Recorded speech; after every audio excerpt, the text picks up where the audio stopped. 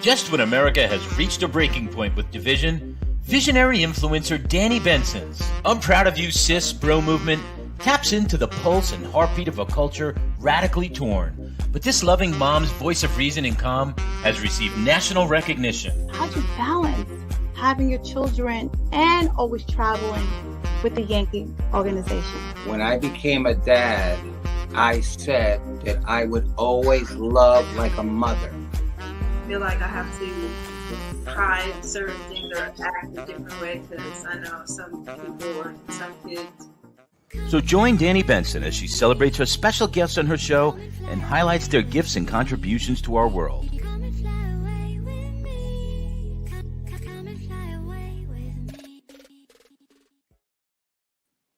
Hi, everyone. Happy summer. Yay, summer is here. So happy summer is here. Thank you for joining. I'm proud of you, sis. I hope you guys are having a wonderful day. Please go out and get some vitamin D. I mean, the sun is good for you as long as you just put a little bit of sunscreen, and you believe me, you will. It gets hot outside, but I just love being outside, especially now because I love summer. I'm a summer child. But I have a great guest today on the show. My name is Danni Benson, founder of I'm Proud of You Sis. You can watch my show every Saturday at 9 a.m. on Optimum Cable Channel 20. So please join me there, or you could get me on Facebook, Twitter, Instagram on I'm Proud of You Sis. I'm proud of you, sis. And I'm proud of you, bros, too. So I don't want to forget about the men who do wonderful things to make our society a positive place to be, to actually exist. So I'm proud of us women and us men. But I have Jessica Dennehy in the show. She is a mom of two beautiful daughters. She is a fitness guru, entrepreneur, and she is the author of a book called Selfish is a Superpower. And I'm so excited to have her on the show because I just love her resiliency. She actually has an Instagram. It is under her name, Jessica Dennehy. So if you want to go follow her. But please welcome Miss Jessica on the show, and I'm proud of you, sis. Hi. How Thank you for having me. Oh my God, I love you. You look beautiful today, by the way. You look great. I had to wear yellow because you are my sunshine, so I had to wear yellow. Because you are such a light, and I had to represent that light on the show today. So I want to say thank you so much. I am so proud of you, sis. I am so proud of everything that you're doing. You're a mom. You have two beautiful daughters. You're an author of this book called Selfish is Your Superpower. You are a fitness guru. You've been exercising since teenage years, and you do it almost every single day. Hopefully in the show you'll give me some tips on how you actually have the stamina to go every single day. But I first want to talk about this amazing book that you wrote called Selfish is Your Superpower. So let's dive into that.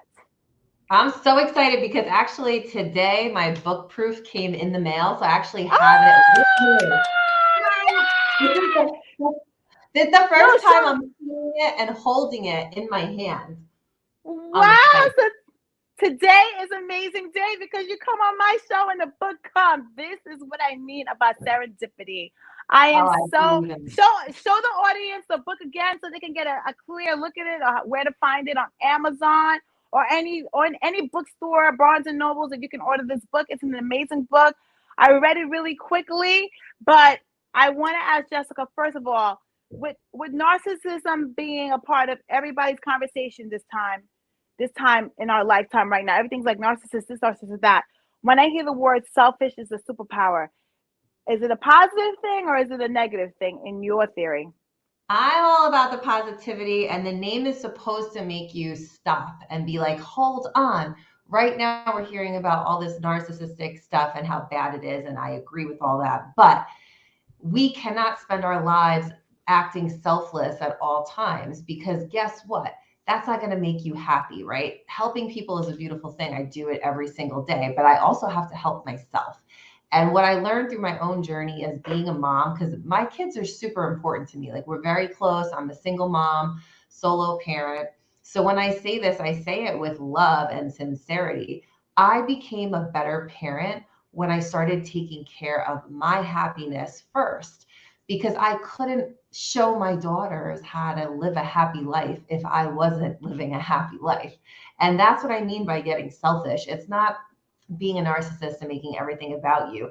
It's about finding that harmony between pouring into the people you love, but also giving that love to yourself, and how by giving that love to yourself, you'll actually elevate the people around you.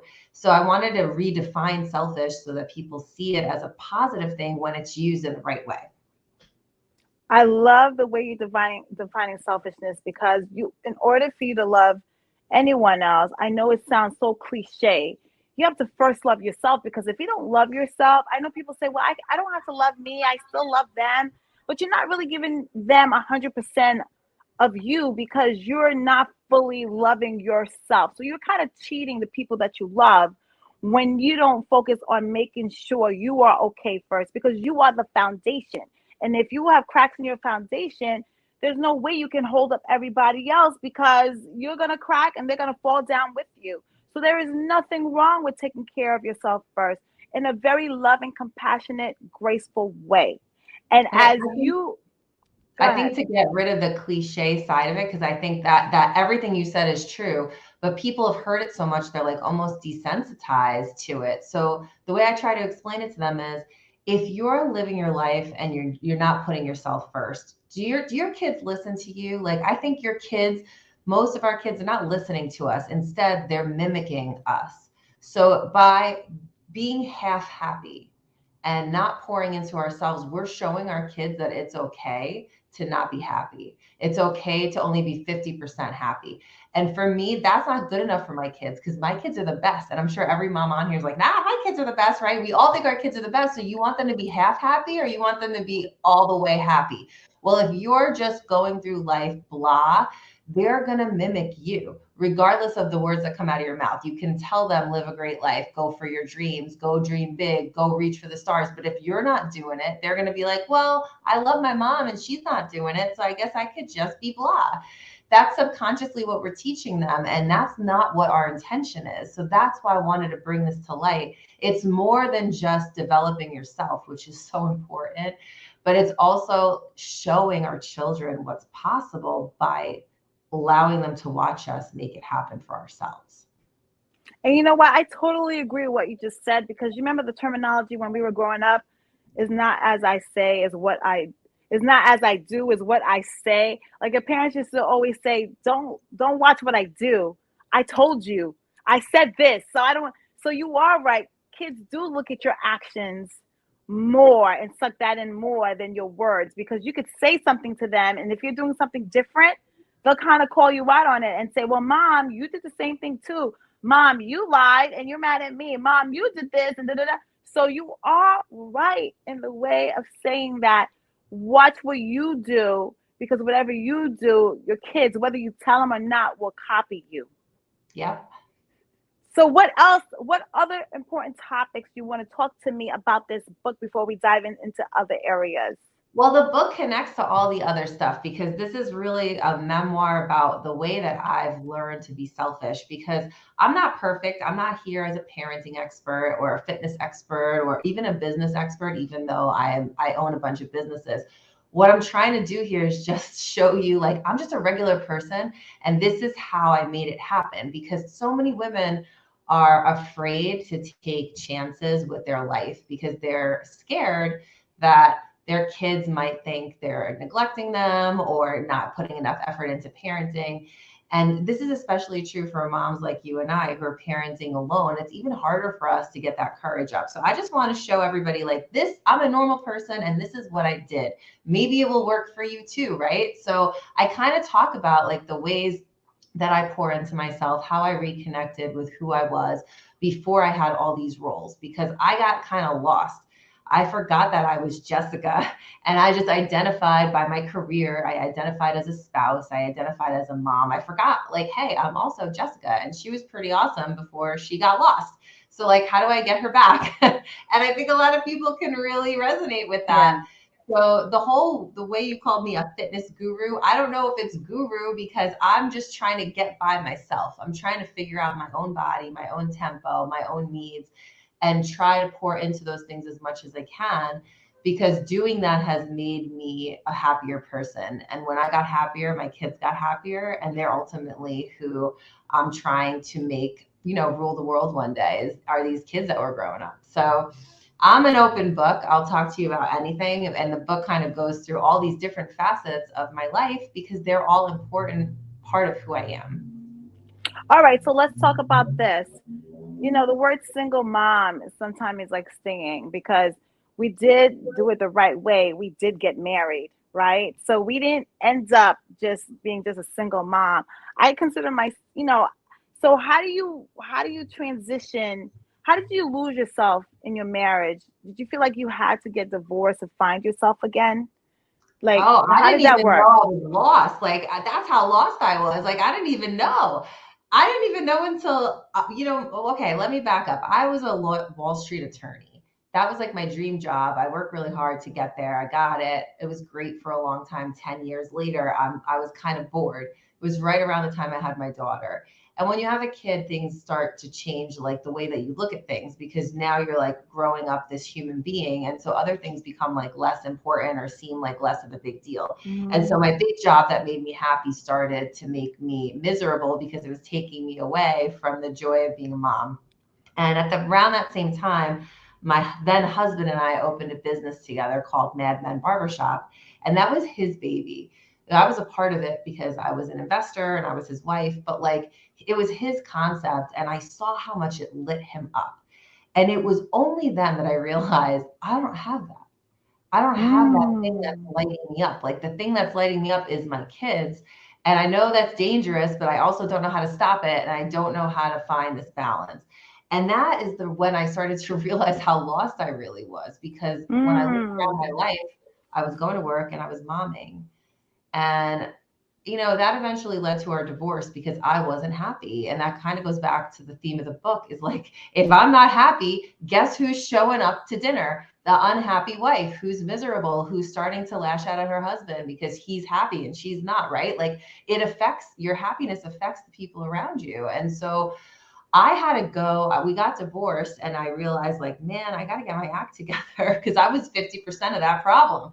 So that's really what made me start to reconnect to myself and being a single mom. Like I don't really define myself as that because to me, I'm a mom. Like that's part of who I am. And the singleness of it doesn't really matter, except I say it because I want women to know if I could do it on one income with no nanny, you can certainly do it too. I want Mhm, to show mhm. them like it's okay. Like your situation, it's not as dire as you think if you just kind of look at it from a creative standpoint and start to prioritize yourself. No, you are so correct, and I'm happy you are the example of showing moms out there that it could be done, and you can have healthy, happy babies. You don't have to stay in a situation, because I have like people that I know of that are still in marriages and they're staying for the kids, and aren't happy as husband and wife. And then I speak to kids that always say, you know what? I wish my parents would have got divorced because they weren't happy. And we know they were staying for us, but it made the situation worse because they weren't happy and they thought they were fooling us and they weren't. So kids are actually smarter than parents think. And kids are actually more emotionally understanding now more than ever that sometimes if something doesn't work, it maybe it has to break apart to work better than stay together. And plus the kids want to feel that they're in a home that is, like you said, is happy. They don't want to come home to the bickering and fighting every single day and pop to everyone else that we're this happy family when they and two know as soon as we go in that door, things are just hell. So Yeah. I am proud of you for recognizing that sometimes you could parent and co-parent and not be married just to save your babies sometimes and save your babies emotionally sometimes instead of them seeing this day in and day out of you not being happy because your kids love you so much that they want you to be happy. Yeah, I mean, I agree 1,000%. I didn't see it that way the whole time. I'm not going to pretend like I did. Like Monday morning quarterbacking it, you can see it so clearly now. But I think it's a scary moment. And it was a scary moment for me. It's a big decision because the decisions like about your happiness are now affecting these innocent kids. It's really tough. It's such a hard situation. And I understand how people kind of get stuck there staying around for the kids. But what I can say is there's not a day that goes by where my kids like, I wish we could go back to that because they know how miserable we both were even before we knew it. And now they see us both happy living a life that makes us happy, and so they're happier, and there's never a moment where they're like, I wish you didn't get divorced. They don't say that they're happy about it, but they don't wish for it to Mm-hmm. go back that way either. So I think sometimes we got to give them more credit. We're kind of using them as a reason Mm-hmm. that we don't have to deal with our stuff, and dealing with your stuff is the first step of moving past it. Definitely. So give me some points in your book of how yourself you making yourself selfish was your superpower. For moms Well, out there, for women out there who are watching us right now, and the men too. it's for men too. It really is. I just speak about it from a female perspective because I am Mm-hmm. female. So that's the perspective that I know. I would imagine some dads feel this way also. But I'll Mm-hmm. I'll leave with an example. So like the moment where I said to myself, like, I gotta start prioritizing me was I had this like idealistic view of Saturday mornings, right? Like we're all gonna wake up Mm-hmm. together at the same time Mm-hmm. and it's gonna be so Mm-hmm. fun and cozy. The reality was like I Mm-hmm. was so grumpy because as soon as I woke up, I'm like, oh my God, I have 1,000 things to do. And I have to get this done, I have to get that done. I have this stress, I have that stress, dealing with my own emotions. And my kids are waking up, they're happy, they're excited, and I'm like a wreck. And I thought to myself, man, you're like raining on their sunshine with your like grumpiness. Like, girl, you got to get it together, right? So and that moment, I decided I was going to wake up earlier, which wasn't something that I naturally do. I'm a sleeper. I like to sleep. But I started waking up like an hour earlier and just have my coffee and have a minute to myself before I was parenting. And what I realized was that 1 hour was like saving my entire day because my kids would wake up bright-eyed, bushy-tailed, and all of a sudden I was there too. I was like, "Hi, Nez, good morning. I love you. Let's go slay the day," right? And I thought, oh my goodness, there's something to this. So over time, I started adding to it. Like maybe if I wake up at 6, I could get my workout in and I can read a little bit and I can journal and then I could wake them up. And I started becoming addicted to this happiness that I felt by having some alone time. The more I did it and the more the years went on and I started my own businesses and I started writing books, it was really my time to be creative, to understand who I am, what I want, what's upsetting me, what's getting me lit up, right? What to eliminate from my life, what to add to it. And that became my selfish time. And I really, when I started to say this to people, they were like, oh, I never thought about doing that. And that's when I thought maybe I should write about this and tell people because maybe it will help someone. No, because you know what? Even the advice that you just gave right now, like get up an hour and don't have the kids wake you up. You wake up first. I think that is so on because the level of where your kids are at versus when you wake up is not the same level at all. They want to have fun, breakfast, what we're going to do. And I'm sitting here like, wait a minute, I have laundry, dry cleanings, I have to go to the supermarket. I'm like, ah! And then your tone might change. And then they're looking at you like, oh God, here goes mom again.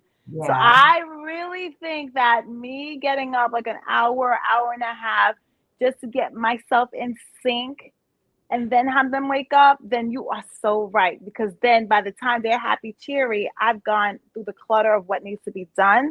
So now I can meet them at their happiness too, because I took care of me first.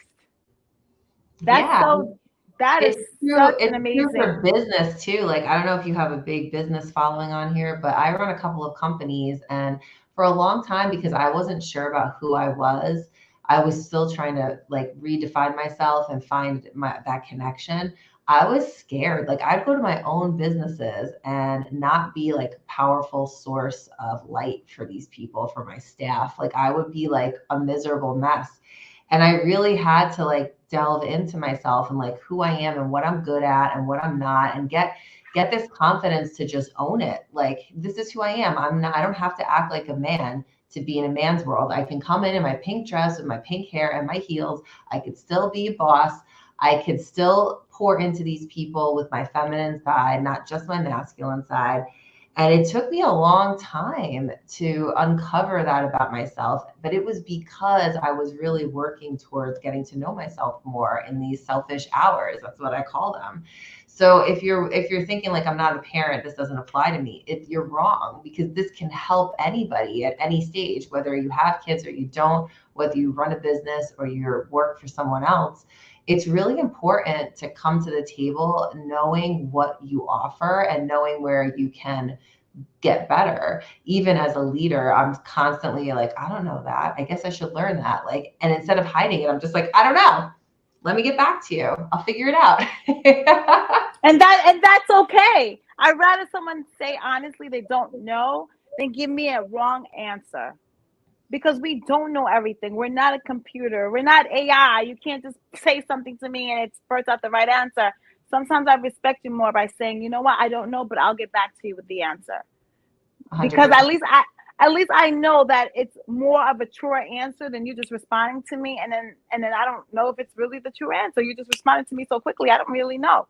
So you are so right with that. So let me ask you something. What is something that you kept and something that you deleted about yourself based on this Ooh. new experience that you found Okay. out of loving you? Yeah. I love this question because one thing I've been talking about lately is like ownership, right? So I take in, and I just wrote an article for Forbes about this topic. We get so insulted when people say things to us that we know deep down are true, right? So for example, what I've started to do is take in what people say, even if they're not coming from a good place. I'm gonna flip the script and be like, how will I use this to get better, right? So if someone came up to me and they were like, man, you talk a lot, right? For example, I've had people say that to me. I think to myself, all right, like aside from that person being mean or not, right? I'm just like, is that true?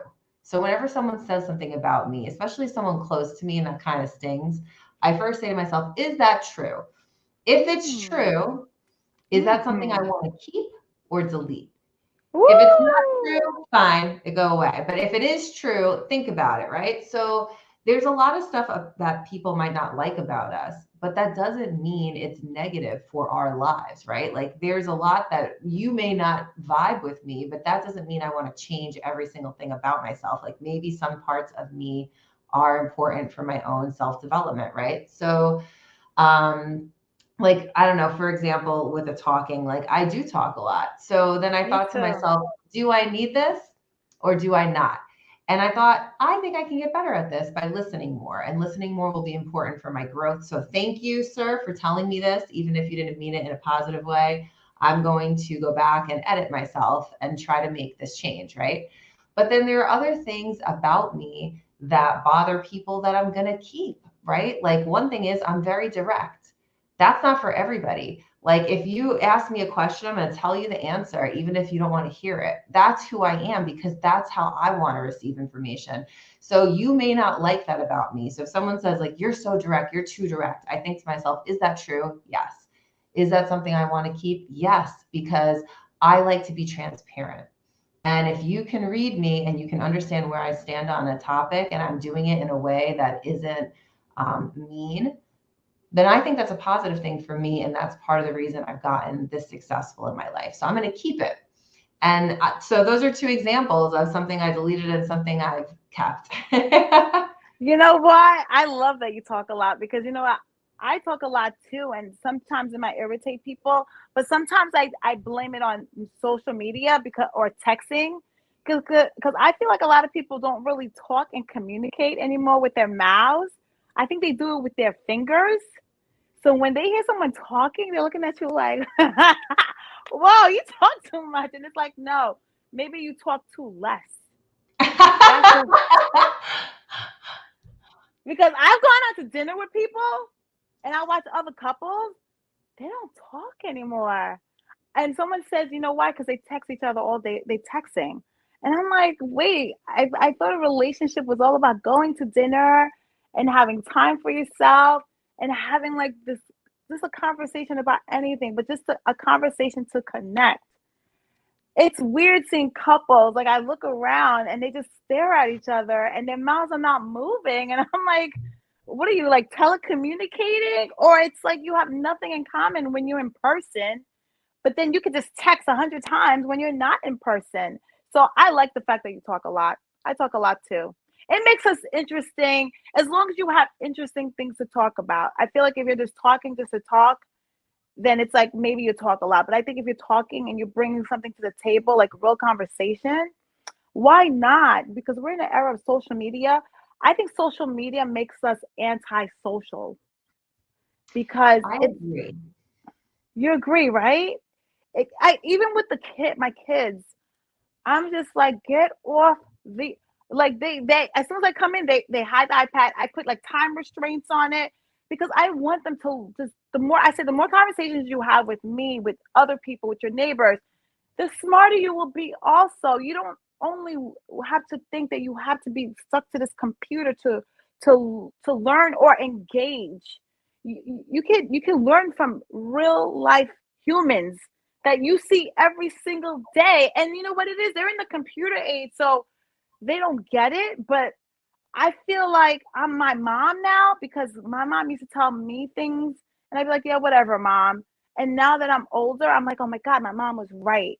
So now I'm trying to tell my kids, like, just go out and live your life. Just, I know you're only 9. They're looking at me like, what life, mom?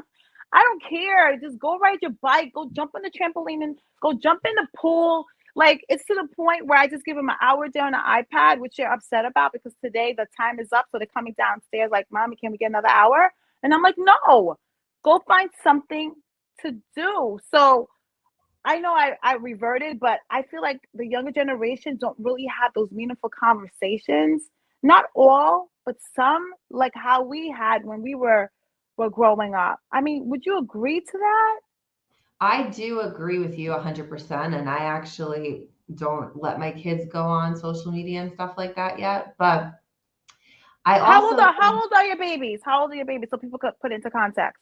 11 and 8, Okay. So both girls. the 11-year-old is not on social media. No No. TikTok, no Instagram, no Facebook. And she doesn't have a phone. And she really hates me for that. But I feel, I feel like they have their whole lives to be that way. And I do want them to, like, I see the way they are in comparison to other children, and they're definitely more creative and social because I've kept this from them for so long. But on the other hand, to play devil's advocate, I think that we also, as parents, have to accommodate the change in society because I see it with my daughter that like she's the Mhm. odd man out. Like she's the one that's not on this stuff yet. And they're looking at Mm. her like she's a weirdo. And I'm like, yeah, she's a weirdo. She's different. She's unique, like, and she's not like a zombie like the rest of them. But to her, that is the engagement that kids her age are social with. And so we have to, I think, find a balance between the old and the new and bridge that gap the same way our parents did for us. So I think when I go out So and see people our age not communicating, I don't get that because I'm like, we didn't grow up like this, people. But I think the younger generation, that's probably going to be normal for them, even though we think it's weird. oh no. Okay, all right. So what would you do for your 11-year-old? Because you feel that, do you think that you will give her a phone by the time she turns 12 or 13? When is going to be the time you give her the phone? Because when I had a meeting with my principal one time and my kids didn't have a phone in second grade, and she told me, she was like, oh, don't worry, by third grade you're gonna have to give them the phone. And I was like, no, I'm not giving them the phone in third grade. They're going to fifth grade, they still don't have a phone. Like they're on the iPad for 1 hour a day. And everyone thinks like I'm crazy. People say I need to like be more modernized. But I'm like, what are they learning on social media that they can't learn from me? I mean, I agree with you. So maybe I'm not the person to ask because my daughter just graduated 5th grade and still doesn't have a phone. And I told her she can't have one till 7th grade. So I'm with you. And I don't think there has not been one single moment where I was like, I wish she had a phone right now. Like negative, not one single moment. She's always with someone who has my phone number. So I don't really see the need for it. And I think that's just an excuse people make because it's easier. And that's fine. Like, I'm not here to judge anybody else's parenting. I'm just saying for me, like, that's not what I want to do right now. So I told her in middle school, 7th grade, I would get her a phone and she can use it minimally and that'll be that. But that doesn't mean social media. That I don't know when I'll feel comfortable with that. That just makes me crazy. You know what's so crazy? I went to Sephora the other day because we have girls, and I didn't know this. I know we're going off topic a little bit, but 13-year-olds, 12-year-olds, 11-year-olds are doing skincare regime because of TikTok. And I'm like, when I went to Sephora with my girls just to pick up something real quickly, I saw all these young kids in there. I don't know what's wrong with me. I don't know why. I usually order online. And I asked one of the girls, I was like, why are there so many kids here? She's like, are you on TikTok? I said, no, I'm really not on TikTok. She's like, oh, that's the craze right now. It's all about skincare. So all these young girls are actually purchasing skincare that we would purchase at our age and starting to apply it on their face. So I said, wow, look at the influence of social media because they don't really need it right now at 12, 13, 11 years old. Back then, it was like maybe makeup for us. That's what the girl said. Well, back then, it was makeup for you guys. Like, you guys wanted to put the lipstick on, the mascara. But I'm like, okay, I understand that. But the whole anti-aging for 12-year-old? Yeah, I let my daughter is already feeling a little bit odd not having, electronics. So I let her get a Sephora like moisturizer or whatever. And she So she knows about it. So she knows about it because her friends all have it, right? So like I'll drop her off at volleyball practice, and at the end of volleyball practice, they'll be showing her TikToks and stuff like that on their phones.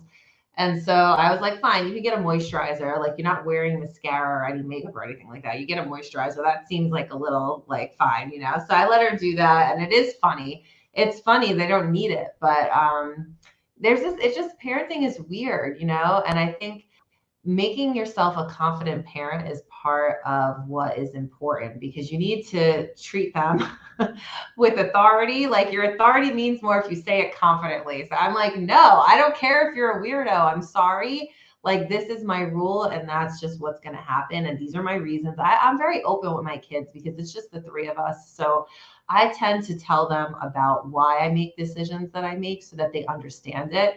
And so even if they don't agree with me, at least like maybe one day it will make sense to them, or at least they know it's not just something trivial that I'm just drawing a line in the sand for no reason.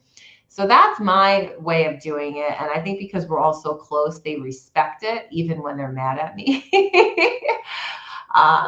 But yeah, I let her get one thing from Sephora, which kind of, I started doing a little chore sheet for her, and I would pay her and I'd be like, you go to Sephora then with me and you spend your money on it if that's what you want. If you want $30 face cream, work for it. Wow.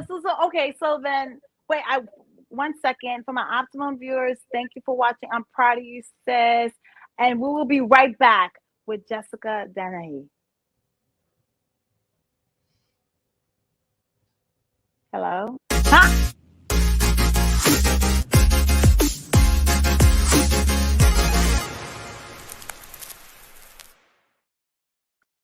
Hi. Okay, the moisturizer thing. I know you and my cousin were excited because there's a Sephora opening up in Merrick. I'm just so surprised Sephora's gonna be over in Merrick, but I guess the teens are upping up their stock because now they're using like moisturizer. Can you hear me? So all right, so let me ask you a question. Even if she's not on TikTok, did you explain to her that she doesn't need a moisturizer? Or do you feel like she does? Okay. She does not need anything. The girl's got the Okay. most skin I've ever seen. She's so lucky, a preteen, got one pimple on her. She needs nothing. Well, okay, so let me ask you this.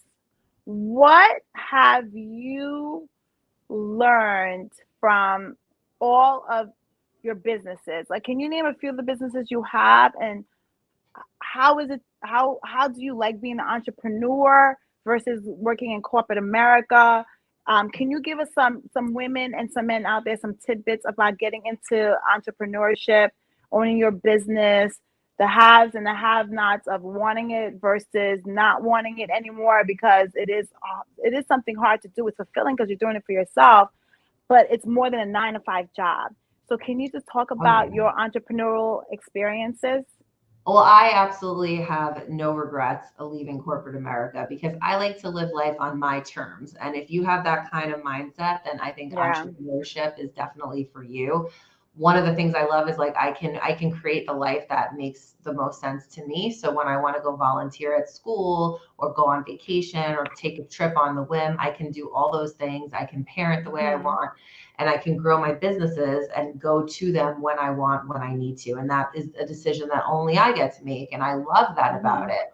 Of course, the flip side is it's a lot and you have to decide if you're willing to take that on. So I have 4 businesses right now, 2 brick and mortars, which are 2 luxury barbershops that are open 7 days a week. And so I never get like off time from those because there's always something happening, something needing something, and there's only so much you can farm out. Like at one point you do have responsibilities you have to take care of. I also own a consulting business and I own a company that houses all of my PR and book related personal branding stuff. So that's 4 separate companies. And even though it's a lot and it often is a 7-day-a-week job, what I do to make it mine is I create time every single day where I'm like doing something fun. And I have kind of this like harmony mindset where like everything needs to be touched on every week. But there are days where my kids are my focus and the businesses are not. And there's days where the businesses are my focus and the kids have to take a back seat. And it kind of goes round and round like that. I wouldn't give it up for the world though, because the one thing I love about entrepreneurship is the limit is what you make it. So you can make as much money as you want. Depends on how much you Mhm. want to work, how much you want to put into it. Mhm. You Mhm. can take as much time off as you want, depending on what you can Mhm. afford, right? Like really the cards are in your hands. And I think for someone like me who's very passionate about freedom and being able to live life on my own terms, it's really perfect for me. And in terms of advice, the one thing I can say is it takes a long time before you feel really comfortable. So my barbershops have been open for 12 years. There were a lot of Wow. the first like 3 years were hard. Businesses need a lot of money at the start. And I think a lot of people give up within 12 months because they're scared to keep spending. And so I would say to you guys, like businesses need money. Make sure that you have the money to put into it because it's not just going to be for the first year. It's going to come in waves. It's going to come in times maybe that are not ideal.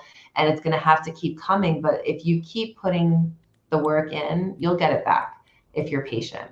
And that's the number one thing that I realized in opening all my businesses. Um, so now I have those businesses for 12 years. My consulting business is almost 4 years old. What are Um, you consulting? What are you consulting?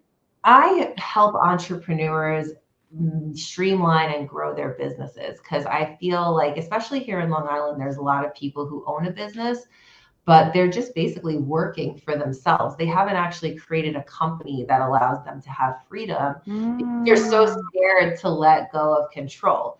And Mm. growth in a company means you need to outsource, you need to grow in number, you need to hire staff, and people are terrified to do that. If you want to control everything, you're going to be alone in your business forever.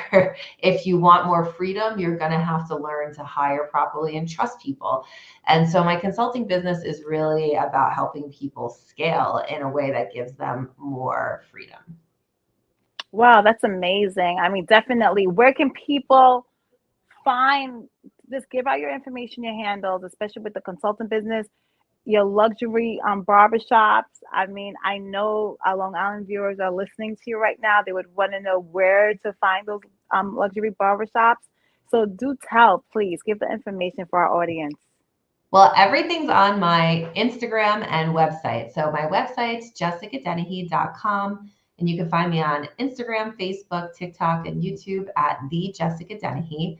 My barbershops are called Mad Men Barbershop, and they are in Wantagh and Williston Park in Long Island.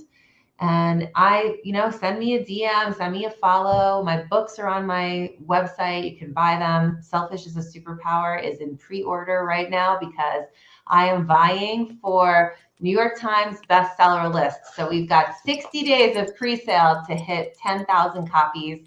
So if you guys are interested in that, you can go to barnesandnoble.com. You can go to my website and find it there. And I would appreciate all the support. Yes, and the last but not least, let's just talk about fitness a little bit because we are in the summertime and your body is amazing. So I just want to know some of your fitness secrets for our audience members out here that want to trim a little 5, 10, 15 pounds. Well, first of all, thank you. I'm like turning red as you say that. I appreciate it. I'm really into fitness because I like when my body can move and feel good. Like I'm getting older and I don't want to stop moving. And so I do a lot of yoga every single day. I do a little bit of cardio and a little bit of yoga. And then mostly I just work with bands. Like I don't like weightlifting. So for the women out there who feel the same way, just know you can do a lot with resistance bands. I use them for my arms. I use them for my glutes. I use them for my legs. So they go a long way. I work out at home only. I don't go to the gym. I do it at my house. So you can do a lot with your own body. And it's important for people to know that because I think it's intimidating to think like where to start, where to go.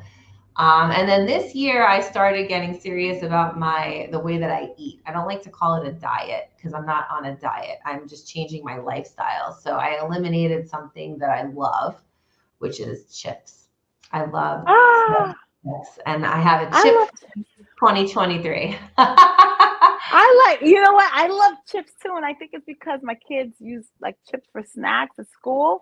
So you find me munching on them, but I had to stop on the chips because their metabolism is not the same as my metabolism. They'll eat the chips and they get rid of the fat like in 2 seconds. I'll eat the chips and they'll just be stuck into my organs. Like it doesn't go anywhere. Well, for people that are like, well, I can't do that. I don't have the time. All I want to say is like, just make one better choice.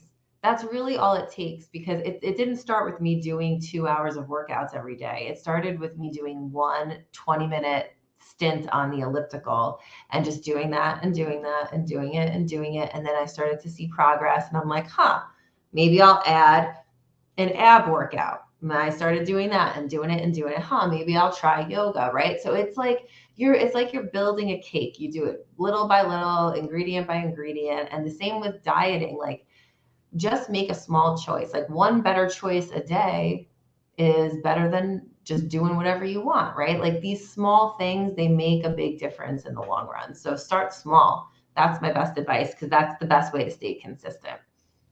Yeah, and I don't really believe in diets because it has the word die in it.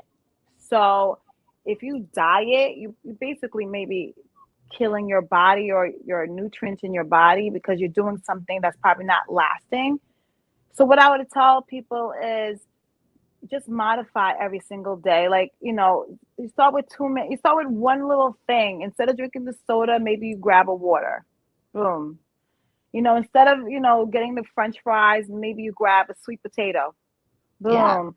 Yeah. There's stuff that we love to eat that tastes really good, but I always feel like there's something right next to it that could taste as good, but it's probably more nutritious for you. So I'm not telling people we don't know when we're gonna die. I'm not telling people to die for the rest of your life because then life is to be enjoyed. But I'm just telling people I think we should all think about eating more healthier, trying to get rid of things that aren't good for our bodies. For instance, I was thinking about canned foods and my cousin was laughing at me because I'm like, can you imagine like a canned food? The food in there is like good for like 2 years or 1 year. And I told my cousin, can you imagine how many chemicals it takes for that food in there just to stay fresh?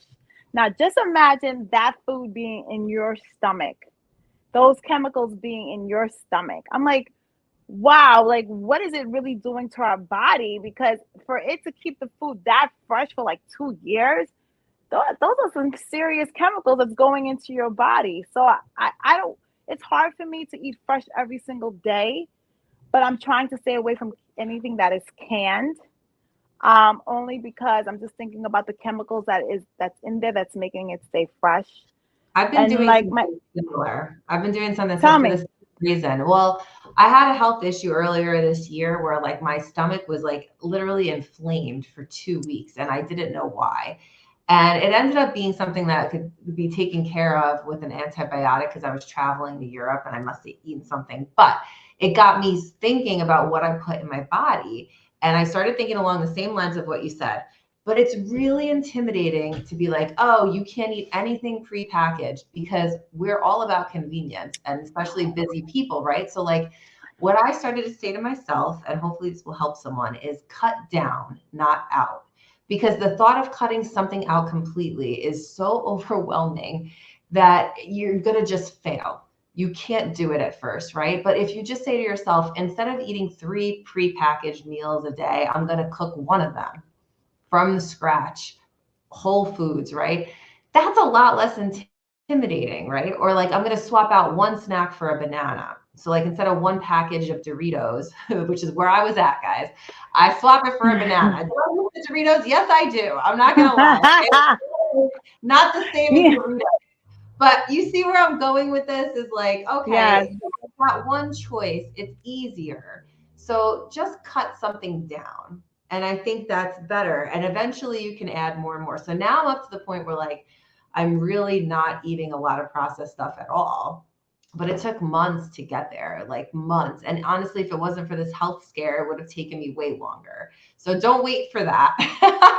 No, don't wait for that. And if you just do it a little bit every single day, then when you look back, like you're going to see how far you've come from where you just started. Because everyone always looks at the long term, but I tell people do short goals. Because when you do short goals, like okay, this week I'm going to cut down one thing that is not good for me, and then next week you might add on to that, and next week, so it's like a gradual thing instead of it being like you know how people just do diets and they're like, okay, no carbs for 2 weeks, and I'm looking at people like, you know what? When you shock your body that way, as soon as you eat that one carb, those 20 pounds come back in like 2 days. Like, yeah, like, I don't even say diet anymore. I mean, technically it's your diet because you're eating it. Like that's your diet, what your dietary things are. yeah. But that's not how I mean it. Like this is a lifestyle choice that I'm Yeah. making, and that's how everyone should look at food. And I used to like give myself. I never had a weight problem, so like it's so hard. Like so just so you know where I'm coming from. But I used to still reward myself with food. Like great job today, you deserve some ice cream. Great job, you deserve some Doritos. I'm sorry, I love Doritos. So like. And then I thought, what am I'm rewarding myself and I feel like garbage. So what's the reward here? Like the reward is I eat the ice cream. I got this massive headache because there's so much sugar. Like, is that a reward? No, I it's know. not. It's like a temporary Dopamine. yeah, it's like a hit or something. It's like a temporary satisfaction, and afterwards you feel so guilty about it. It wasn't even worth the temporary satisfaction. Do you understand? Like I'll eat the ice cream. Like we got like an ice cream cone yesterday and it was like double this. And I'm like, and then this morning I'm just like, why did I do it? Not to say like I went, you know, I was like mad at myself, but I'm like, was it really worth it? You know what I mean? That little, I could have just took 2 licks and just threw it in the garbage. So that's how like my cousin eats. She'll like something, like you know how you like Dorito chips? She likes Dorito chips too, but she'll just eat one chip and literally throw the rest of the chip in the garbage. She's like, this is how you do portions. Like I'm still getting what I want. I'm just not eating the whole bag. And I'm like, okay, I need to be like that. I need to have like that sense of control because I can't eat one little thing and just throw the rest of it out. But like look at like a cake from Cheesecake sometimes, and she'll order the cake and she'll just take her hand and go like this and put it in her mouth and go, that was good. And then she won't eat the rest. And I'm like, wow. But I mean, if it works for her, I'm like, whatever. So the goal, the theory of all of we saying with selfish is a superpower is this: do what works for you. Yeah. Do what works for you. Everyone is not like a robot, a copy. What works for me, what works for Jessica, doesn't mean it works for you. So our whole theme is like find your own happiness, find your own sunshine, find what makes you smile, because you make your own rules for your life. Not us, but you. That's right. I love the I way wanted I am so proud of Jessica. Please go out and get her book called Selfish is Your Superpower. Please get her on the New York Times bestseller list. She needs 10,000 copies, just 10,000 viewers out there for her to get in the New York Times bestseller list in 60 days, just in time for Labor Day. So go out there and support her and her businesses. I am so proud of her, sis. Thank you, Jessica, for coming on the show. And everyone, see you next week. Thank Bye. you. Bye. Thank you, guys. Thank you for joining. Bye. Thank you so much for having me.